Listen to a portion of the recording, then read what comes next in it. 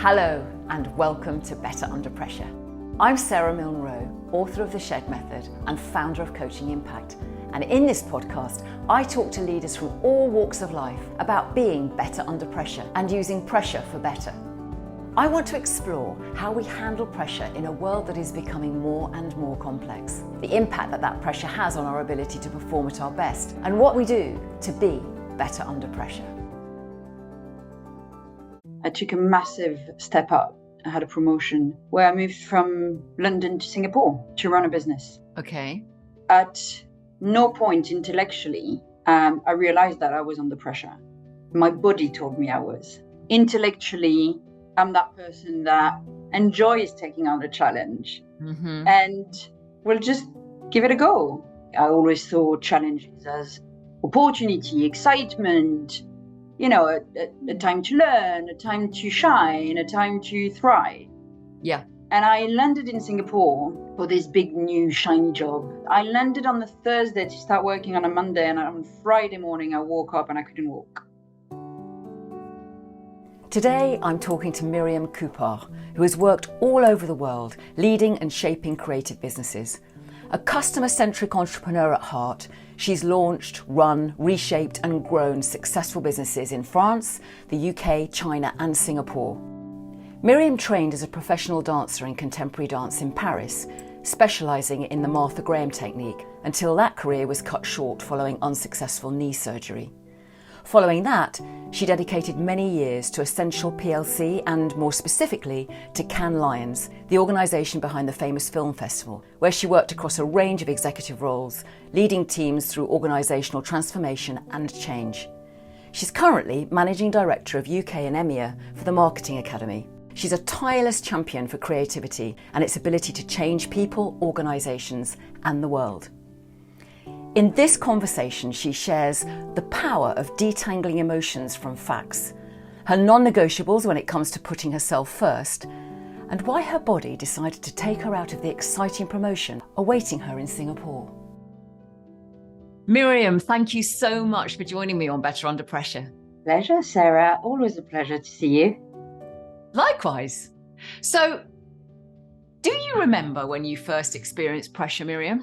So, the word that catches my attention in your question is remember, because I think my background, where I come from, means that there was probably pressure from a very early stage in my life. But the first time I remember it was one of those big career moments when I took a massive step up. I had a promotion where I moved from London to Singapore to run a business. Okay. And what's really interesting about that moment is at no point intellectually, I realized that I was under pressure. My body told me I was. Say more about that. That's a great start. Let's go. So your body told you were under pressure, and do you think it? So yes, just tell me a bit about that. Yeah. So I think intellectually I can take on the world. Intellectually, I'm that person that can take on a challenge, enjoys taking on a challenge, and has the great luxury of not probably thinking things through very much, and will just give it a go without probably measuring where too much is too much.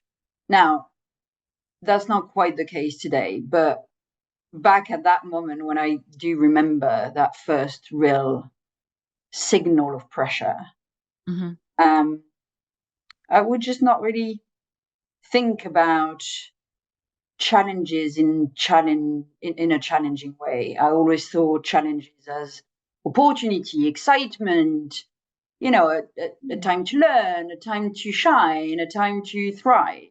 Yeah. And I landed in Singapore for this big new shiny job. And I landed on the Thursday to start working on a Monday, and on Friday morning I woke up and I couldn't walk. My back had given. And so the idea of taking on a brand new shiny job kind of took a real twist. And I was actually in a wheelchair for a few weeks. For how long? Maybe a month. And you'd had no back problems up until this point? No, I have had back problem history. Okay. And that was a real physiological issue. I trained as a professional dancer. Okay. Yes. And when I transformed my life and landed in corporate, my body, did not quite understand what was going on. That's interesting in itself, though, isn't it? Because I have a lot of people on this podcast who have excelled in sport or excelled in some way physically in their life. And I put dancing to the level I know that you dance at quite a high level. So and I'm a dancer, so I understand that, you really do know your body when you dance in a way. And some people have said that actually the physical strengthening of that sort of practice outside or for years when they were younger enables them to deal with this sort of pressure in a corporation. But you're saying like your body needed to totally adjust. Yeah, I think there's a lot to unpack in what you've just said, and actually the thoughts are flying in. I think there is a real physiological adjustment from dancing 6 hours a day to being sat at a desk. There's just the reality of that. And then I think, so the reason my career stopped was an injury. And I think we all have various journeys with drastic change, and especially when it comes to having a dream that gets derooted. And so I think there was a lot of emotional attachment to no longer having that career. And so I think the notion of choice, and I don't know if in the context of what you're explaining for your previous guest, there was a path that was led by choice and some good awareness and good consciousness of the next step forward, which would absolutely give the discipline, the strength, the ability to push on through, which would make a corporate life successful. My path was slightly more chaotic in the sense that I fell into corporate, I didn't, and I was very young, so I blame it on the lack of wisdom, but yeah, simply my body just didn't react very well from going from exercising to not. And when you were promoted, though, presumably you were already in the job in the same organization, but just in a different part of the world. Is that right? Correct. Yeah, absolutely. It was just a big jump. Yeah, it was a very big jump in a type of role,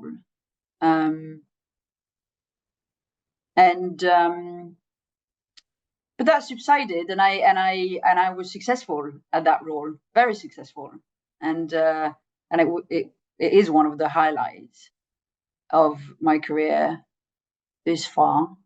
But it was the first time I can, as I was thinking about our conversation, obviously, I thought this was the moment where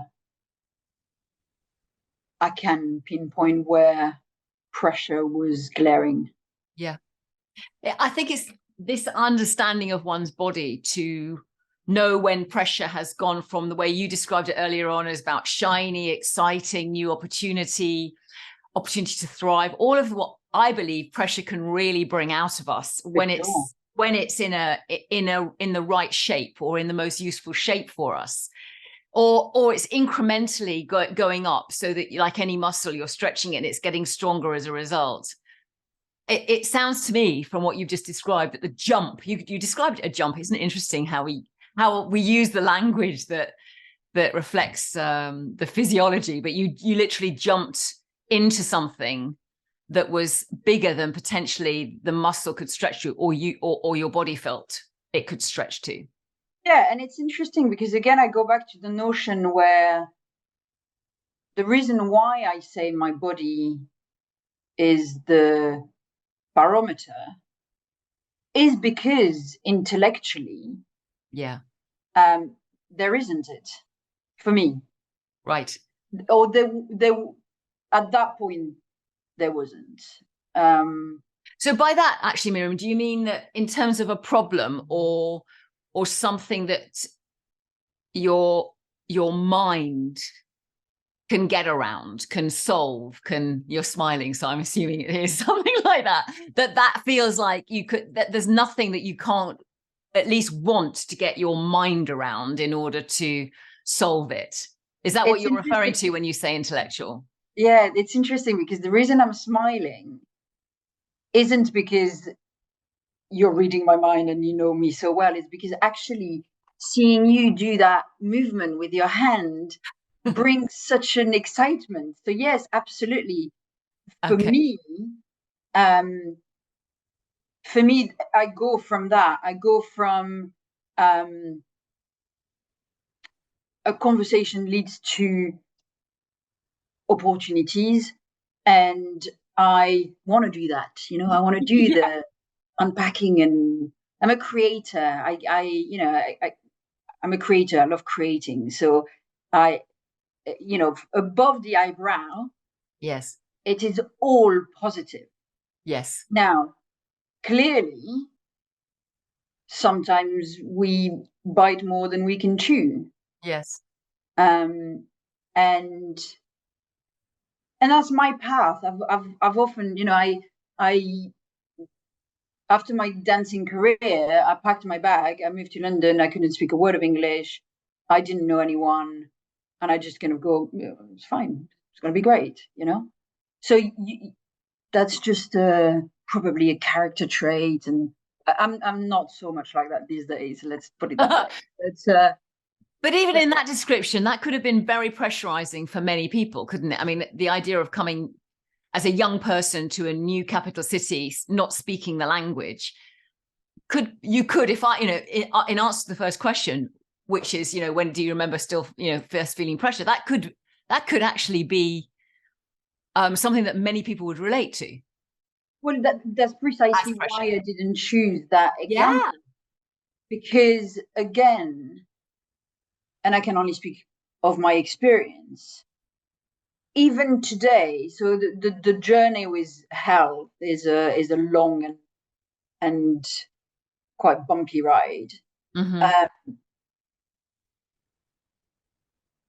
But again, I go back to the, remembering is that at the risk of kind of repeating myself, I don't see things as dangerous and pressurized. Mm. And I guess that again we all forge methods of living from probably in vitro onward, and so I think I had great capabilities, or at least perceived great capabilities. Yeah. Until my body went, are you sure about this? Yeah. And took you out to give you a month or so to think about it. Yes, but you don't always listen, so I didn't listen. I didn't listen. Yeah. It's just like, you know how you have themes of the day, like today. This is such a theme of my day today because I woke up and my back has got into spasm this morning, and this is because I'm flying on Monday and I'm trying to do more than 1, 2, 3, sometimes 4 things, which you think I'd know better, but I've got caught up into behaving like that. And my back was twinging yesterday. I should have listened to it. This morning, it goes into spasm. And then this morning, my daughter sends me a text saying, Mum, I've got tonsillitis. And she and I both, that's the other thing, that my tonsils are a big indicator. They give me a little sign. And I said, oh, at what point are you in the tonsillitis journey? Because I'm very familiar with the tonsillitis journey.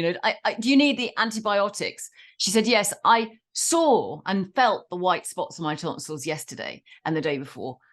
But you see, this is what, and so I found myself texting to her saying, it's important we begin to listen and hear the signs that our bodies give us, particularly when they're patterns.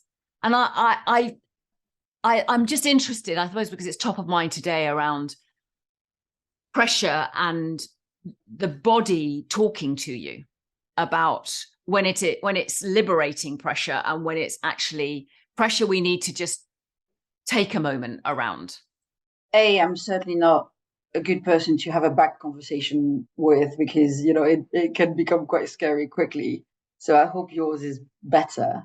I think, and sometimes it's a cop out of mine when what I'm about to say. I think it's a human condition thing where we've also very much dissociated our intellect and bodies in our society, right? It's the mind-body connection is kind of a fairly recent thing.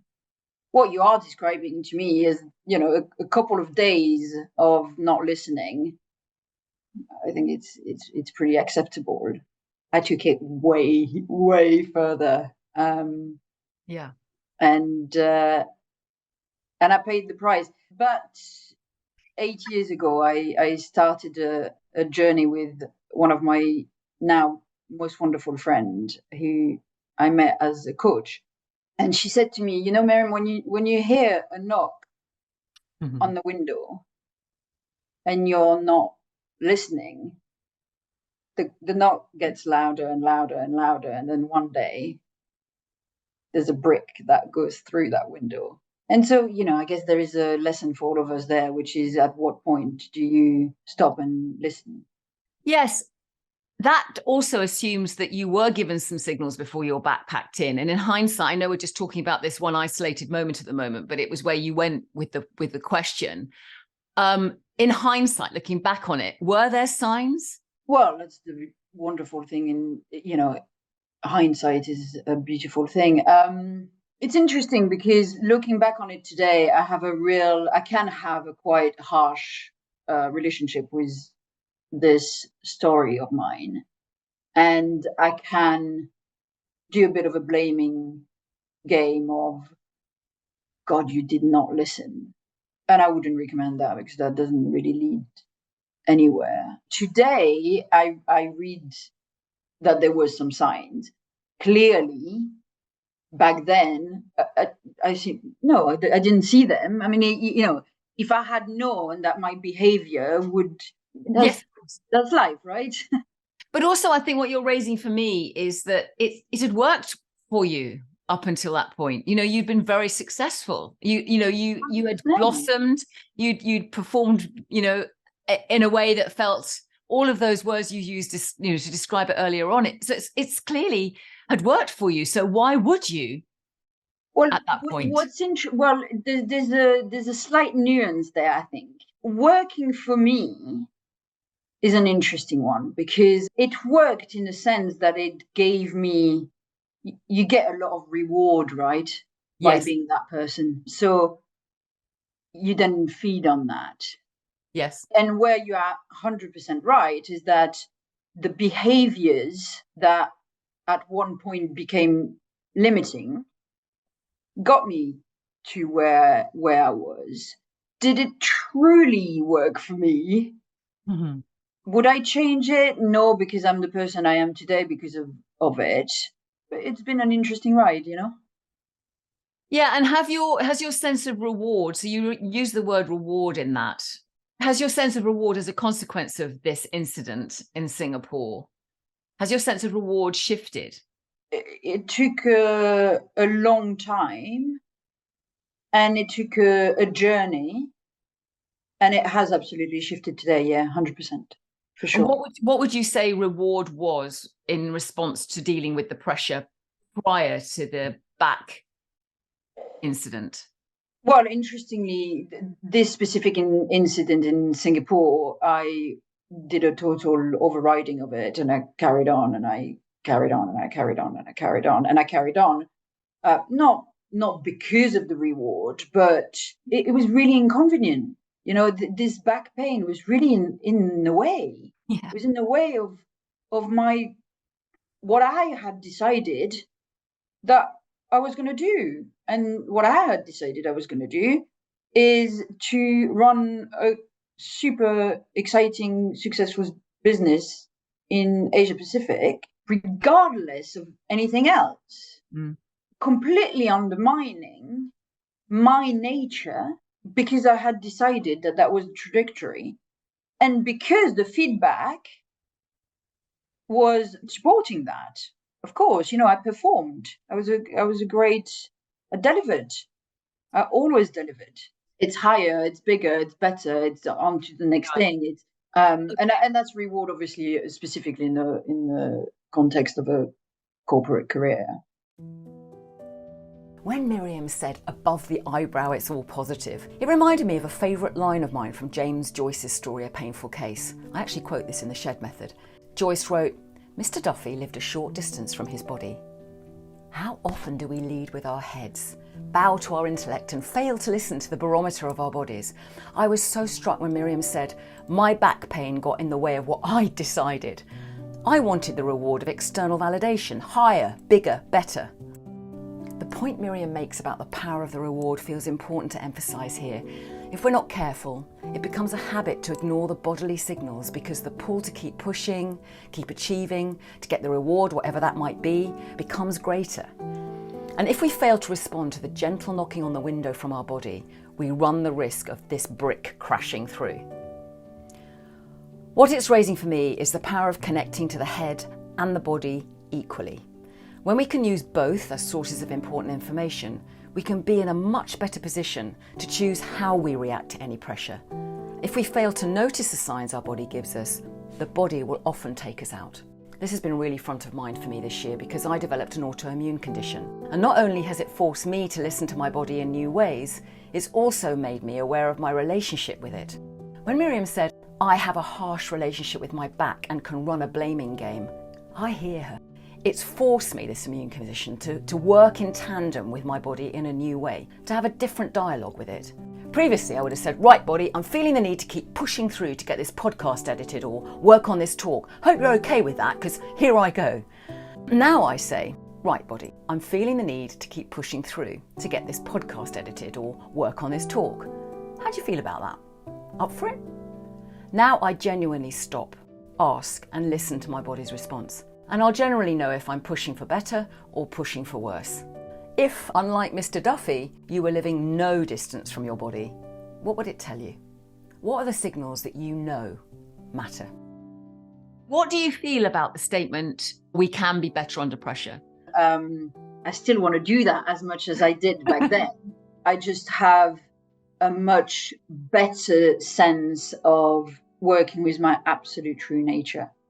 And it took me, and it's actually, I can't talk in the past because it will be forever until the last breath. It's a journey, and it will always be a journey to really be fully attuned with who I am. And it's exciting. It's super exciting because we're multifaceted beings, and that discovery feels really exciting to me. I certainly still very much prefer that environment. It's something that works well for my nature. It sounds from what you're saying, pressure is very attached and in a line and a friend of who you truly are, your nature. Yeah. So how do you now manage the excitement and the sort of, oh gosh, yes, there's more to do and I really want to be part of it and I want to grow with it. That's what I'm assuming this is with pressure. How do you now manage that pressure to stay there and not to tip into damage, actually? It's a fine art. It really is a fine art, because it took me many more back incident, quite intense back incident, to understand it. And we all know that we don't get it right all the time, and I'm perfectly imperfect, and I fall off, and I get back up, but it absolutely starts with me and nothing else, no one else, no people, places, things. There isn't people, places, things that really can get in the way from my health, because I have, through quite challenging situation, understood that without our health we've got nothing else, right? We all know that, and it's a beautiful concept until it's threatened, and then it becomes a new reality. As I said earlier, it really was getting in the way, and it's only a very recent long episode that really, and touch wood, I hope that I will not have to revisit, but it's taken me a very long time to listen to my body, to the point where now my nervous system is quite badly damaged, and I'm in chronic pain. But yeah, it absolutely starts with me, and there's a lot of personal accountability. There is a lot of negotiation, internal negotiation on a daily basis, because again, it's impractical to me. It's really impractical. I'm sure. I've got shit to do, I've got places to be, So how do you do that, Myriam? Because I've many conversations with people about the pressure of one's health, the pressure of managing and living with one's health, and still blossoming and still developing and still learning in whatever you choose to do. When you say it starts with you, what have you learned from this that now have become habitual things that you do and actually you don't compromise on because they are fundamental to this relationship between you and your health? Practical stuff? Yes, practical stuff. What's non-negotiable for you now? Non-negotiable is a beautiful concept. Yes, in theory. So in theory, there is just very clear spiritual, physical, intellectual components, and I need to take care of all of them on a daily basis. Physically, I have to exercise. That's just, and that's pretty much, it's potentially the most non-negotiable, because I know that if I don't exercise, I'm in danger of feeling pain. But I'm a trained dancer, so movement is a beautiful thing for me. Yes. It's also quite a challenging thing, because having been able to perform at a high level, and now being a little bit less. Yeah, I hear that. Yeah. One of the most impactful commodities that I have is that I journal every day. I'd like to pretend that I am one of those people who do the morning pages. I don't know if you're familiar with Julia Cameron's The Artist Way. Yes. I don't do 3 pages of kind of conscious download every morning, but I do journal, and I can pinpoint the moments where I have stopped. And if I pick it up again and I look back that there's been 3-4 days, I am not surprised that my balance is off kilter. So it's one of the most powerful tools that I use. I meditate pretty much daily. I trained in TM, Transcendental Meditation, a few years ago. I can't pretend that I do twice 20 minutes. That would be another little lie. And I read and I nourish my intellect. Mm-hmm. On a beautiful day, I'm one of those 5 a.m.ers and I go for a swim or I go and do a bit of weightlifting and I write and I do all of that. And then I crack on with the day of work. That's the practical stuff. And that's been an experiment, has it, for you to work on what ones actually make a significant difference to you managing the pressure of your body's vulnerability? They've been with me for many years. There's been all sorts of other commodities that have kind of entered my life and left, and those are the ones that I've kind of stuck around for long enough to just clearly be important. I guess I'm a lot more diligent and consistent with it. And I certainly don't want to operate from a place of fear, but there's certainly a bit of a crutch, and they're tools that work for me. Yeah. Now you're working. I am. Back in. Pressure moments when they hit in your day, like they do for all of us, particularly when you're a senior leader like yourself. What happens, and this is really has been part of many of our conversations on this podcast, is when that pressure comes in unannounced. What do you do when you've done your foundations, you're in work, and then you hit moments of pressure? How do you make sure they stay in that bucket of, right, we can, the intellect, what you're calling the intellectual embracing of that?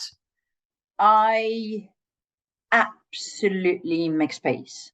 So I create a moment of space between the stimulus, yes, and my reaction to it.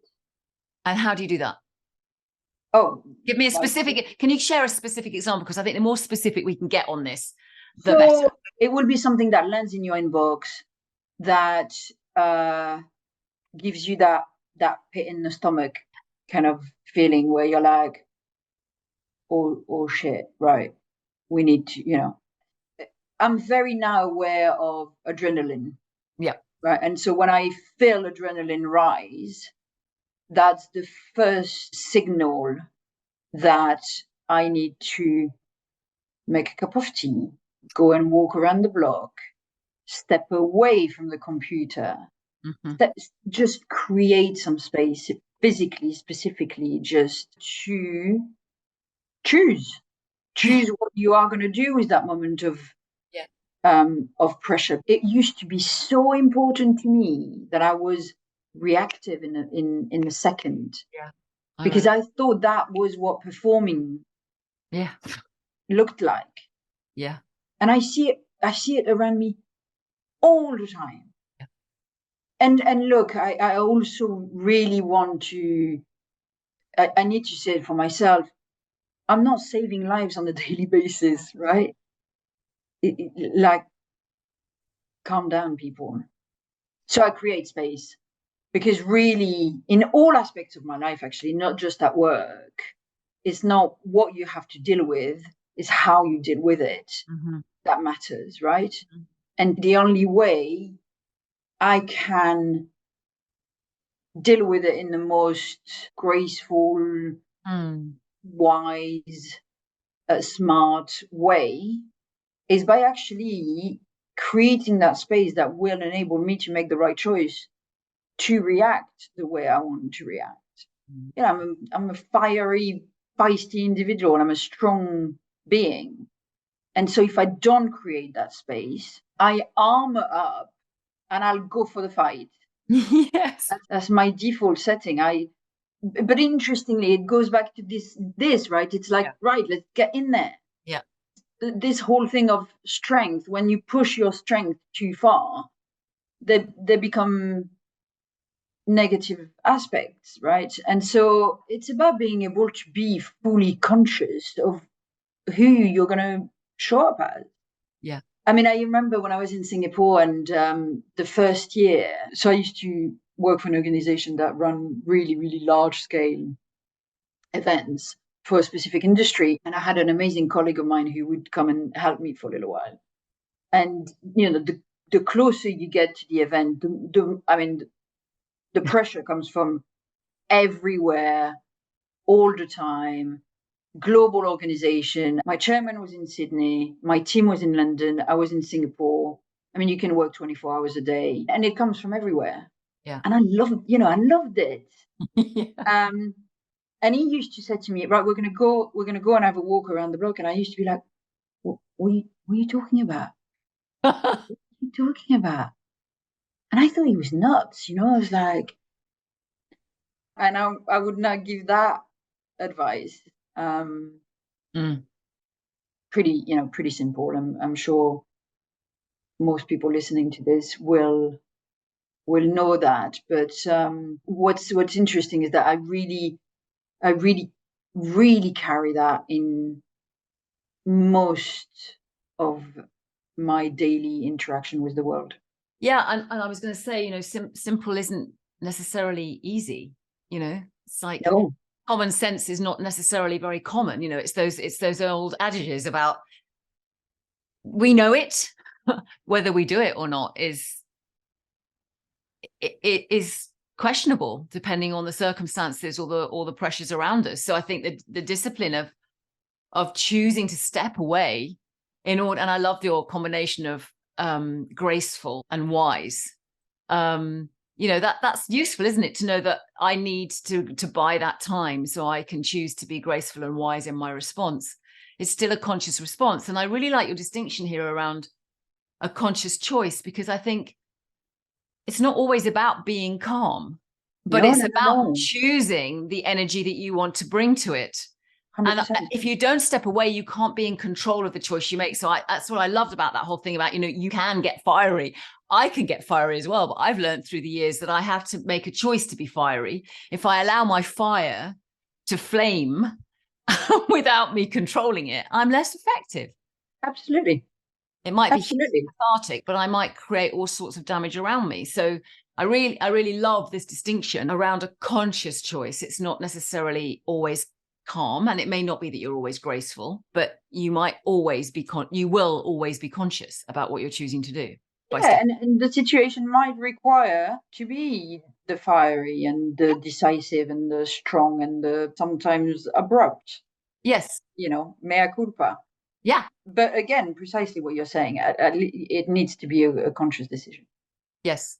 So how do you manage other people around you who are not making that conscious decision? How do you help lead other people through these pressure moments?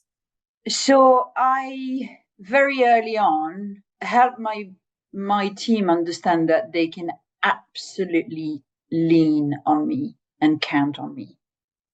I will have their backs no matter what. Because usually when the pressure is too much and there is a not so productive reaction, it's fear-based, right? Yeah. It's out of control. It's fear. It's not being comfortable in reacting. As long as my teams know that when they feel, and they've got their own journey, I'm not their consciousness and I'm not their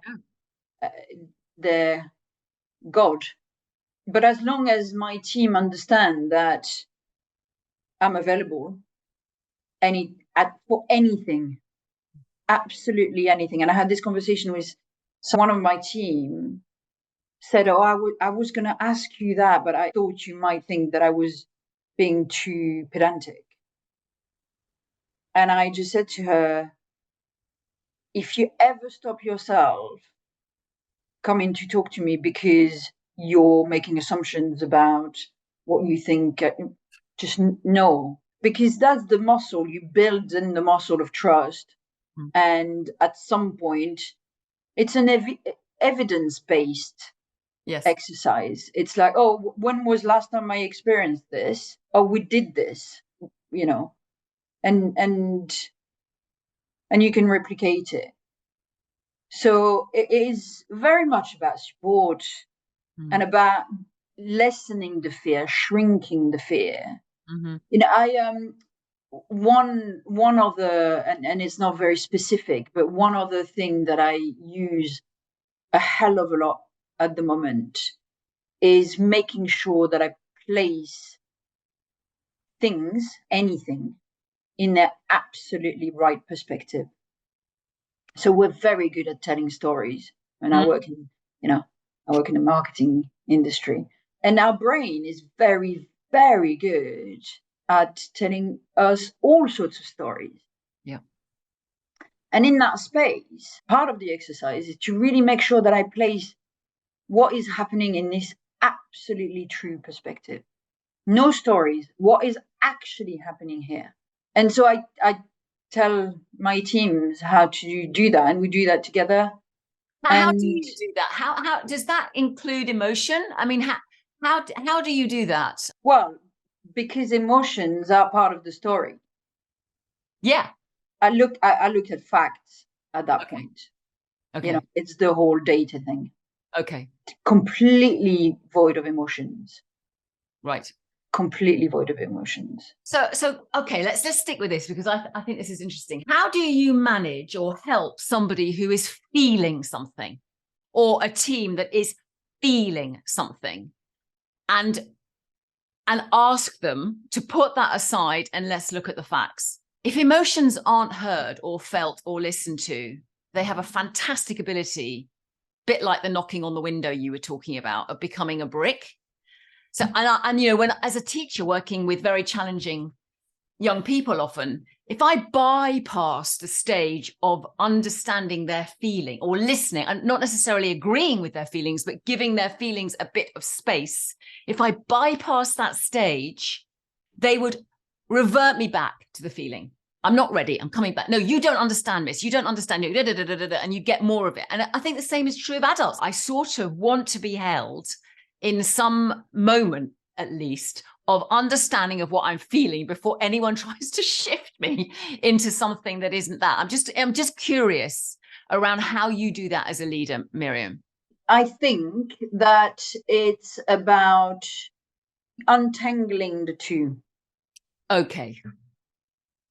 So I'm certainly not saying that I refuse to have emotional conversations. I mean, I'm a very emotional being, but I untangle the two, because I think as soon as you're able to recognize your emotions for what they are, which is often, again, nothing really to do with people, places, things. You know, it's emotions are deep inside of us, and they come from often far back. And I absolutely believe that we need to verbalize them, because I truly believe that the body holds a lot of that otherwise. But I think if you manage, risk of the risk of repeating, but if you manage to again create a bit of space, but actually even just kind of separating the two, and potentially having two different conversations. Okay, well, let's park the pressure point right now. Yeah. Right, and we're going to look at that in a minute. Tell me how you feel. Just tell me what's going on. Yeah. And actually, often, in my experience, I think that often it becomes clearly apparent that those two really are not really that linked. You know, because if you feel really sad because that customer didn't come back to the business, or if there is a sense of sadness and you talk about that, it will bring out I think it often brings out other things. And then at that point you can go, right, so let's kind of look at the data. What's happening? What are we going to do about it? Yeah. Right? Yeah. So it's kind of untangling the two. Yes. Yes, I hear that.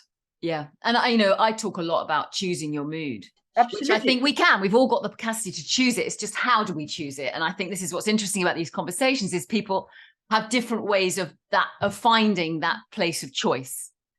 And I really love what you're saying around this sort of decoupling of I'm feeling this, but the facts are telling me that, or, I'm feeling this and the facts are telling us this. Again, I go back to the beautiful ability that our brain/egos have to, and the embellishment Yes. is staggering. Yeah. It's like all of a sudden, that person didn't smile at me this morning. Oh my God, I must have. Do you remember when actually we had this conversation and she must have overheard and that's why she's not smiling? Like, Yeah. shit, now I feel scared. Yeah. Why do you feel scared? Because I fear of judgment,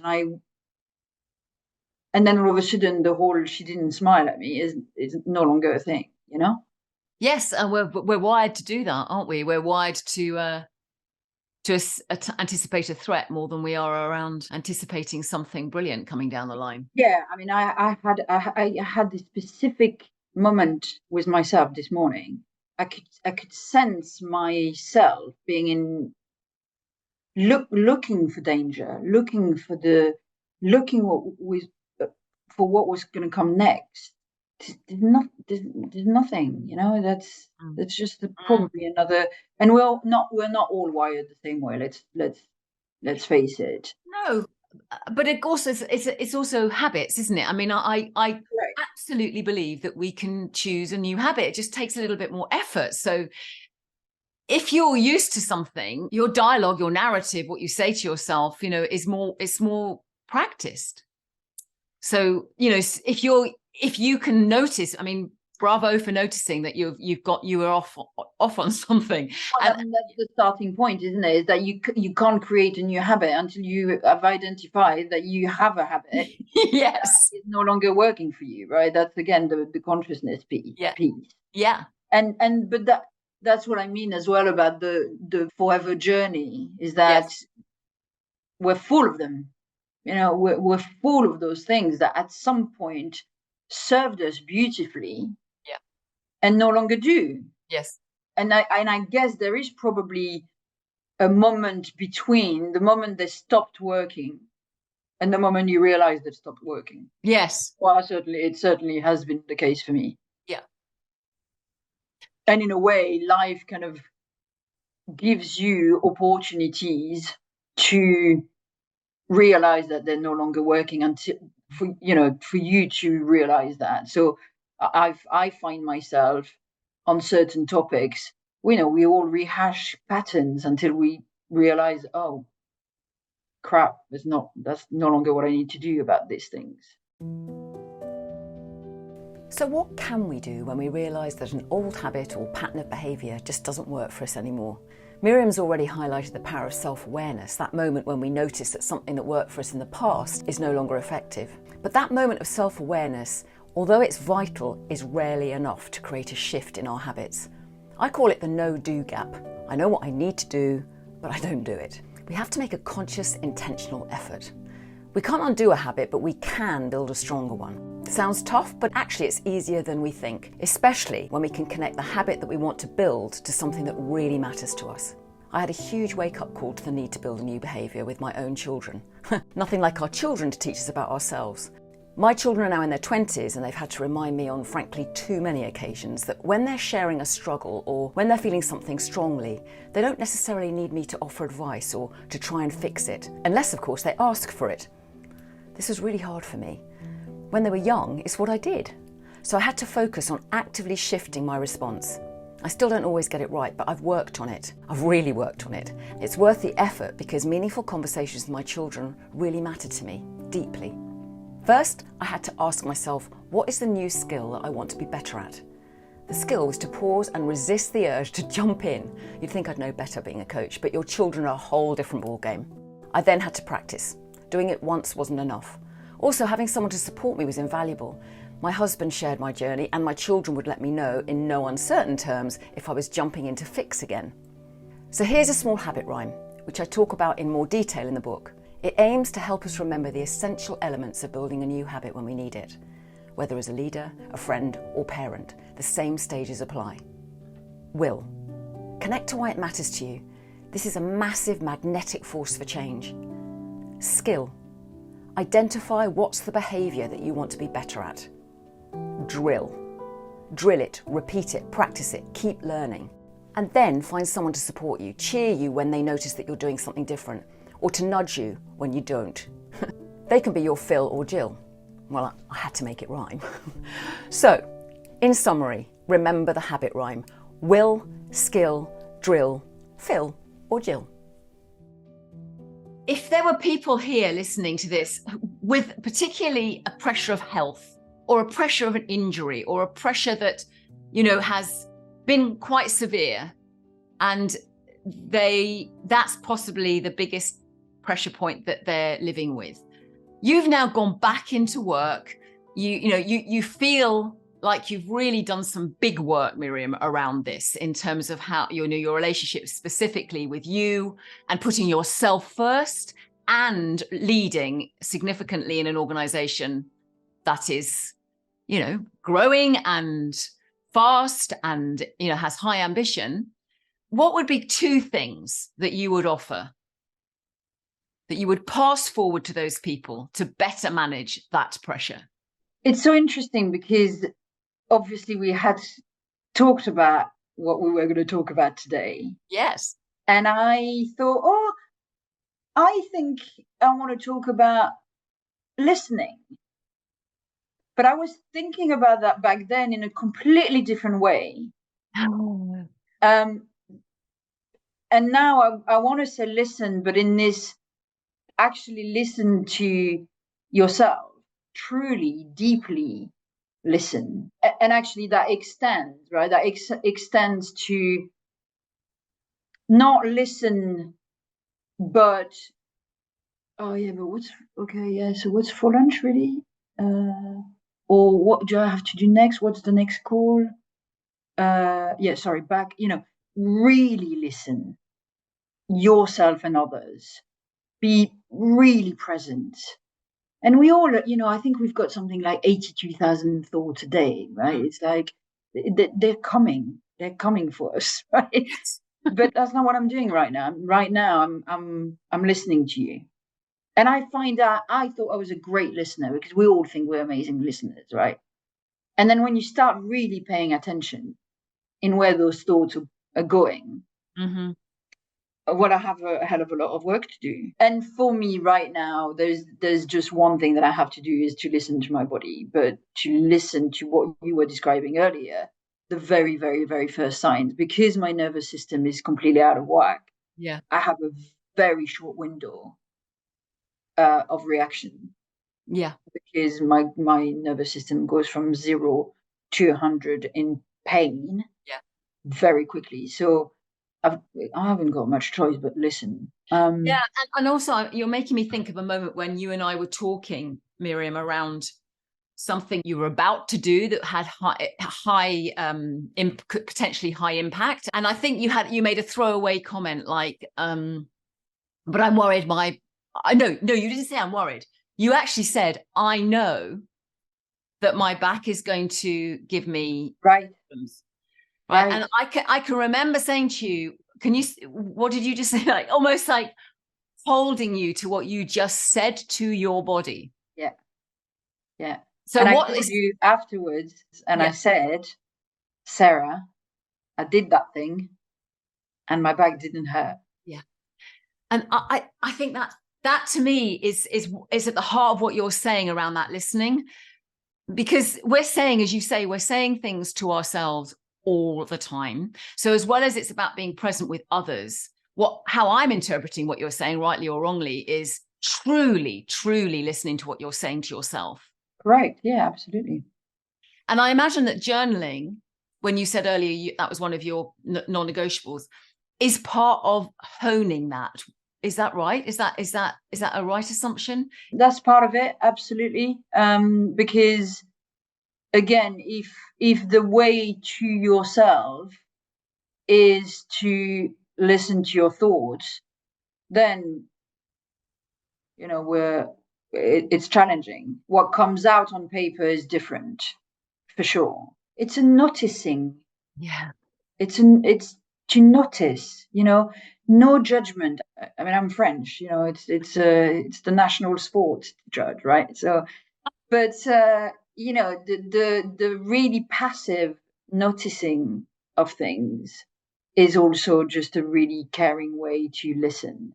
It's Yes. okay. This is happening. Cool. Yeah. Yes. So listening is definitely one, and take things with a pinch of salt. Really, truly, really. Does it really matter? Mm. Does this moment really matter? Mm. Are you going to remember this moment in 5 years' time? Mm-hmm. Are you going to remember what is happening right now in 5 years' time, or on your deathbed? Or are you going to laugh at it because, or have you forgotten? Yeah. Does it really matter? How important is it? Yeah. I ask myself that a hell of a lot, because I take things very seriously. And how important is it is a wonderful question. It's not always easy for me to answer, because I'm quite serious and I'm quite intense and I take things very seriously. Mm-hmm. So, but of course it's important. But really, really, are you gonna go, oh fuck, I wish, in 5 years' time, are you gonna go, fuck, I wish I really didn't do that thing? Yes. The likelihood is that you will not remember that moment. I will absolutely remember this moment with you, Sarah, in 5 years' time. But I think that's a really wonderful question to ask yourself. And what I love about the important bit is you're putting like the importance is like, are you going to lie on your deathbed and really worry about that moment? I mean, it's like, because important it almost needs a set of what defines important. Your definition is are you going to care when you are lying on your deathbed that you did that? Whereas if it's something that is, impacting other people, or, then it might be. For sure. But I think most of the time we show up right for others. It's with ourselves that we're the hardest. I don't think there are many people in the world that wake up and go, do you know what? I'm going to be an asshole today. No. People want to do good by others, for others, most of the time. It's with ourselves that, we're often the hardest on. Yeah. And certainly, again, my experience, it is. I'm the hardest on myself. And so the whole how important it is often the conversation with myself again. And is it in relation to your body, your health? In how important is this to look back on? Is it worth? So I'm thinking like there's a pressure moment. It's almost like you're doing some sort of trade-off. In fact, it sounds as you're speaking, it's doing some sort of trade-off. It's like, okay, it is worth the effort, the extra effort that's going to be required of me to do this.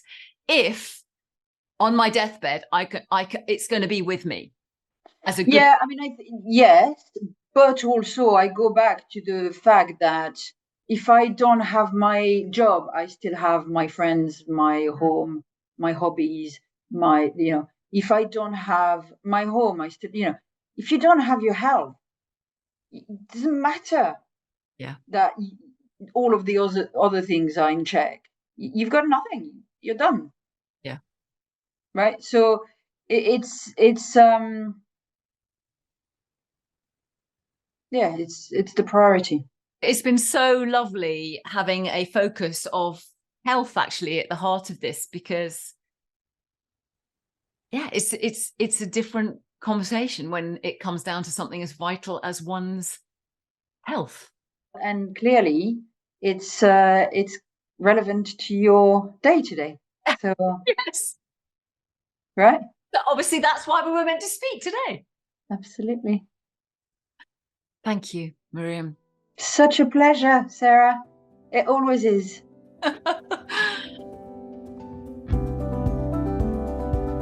Thank you so much for listening to this episode of Better Under Pressure with me, Sara Milne Rowe. If you enjoyed it, please do subscribe and let us know what you found useful or what you'd like to know more about. Our aim is to share as many examples as possible of what people do to manage pressure for better. If you're interested in any of the practices mentioned, check out my book, The Shed Method. Alternatively, you can find us at Coaching Impact or me on LinkedIn and Instagram. Better Under Pressure was produced by the fab team at Smart Cookie Media. Thanks so much for listening, and until next time, goodbye.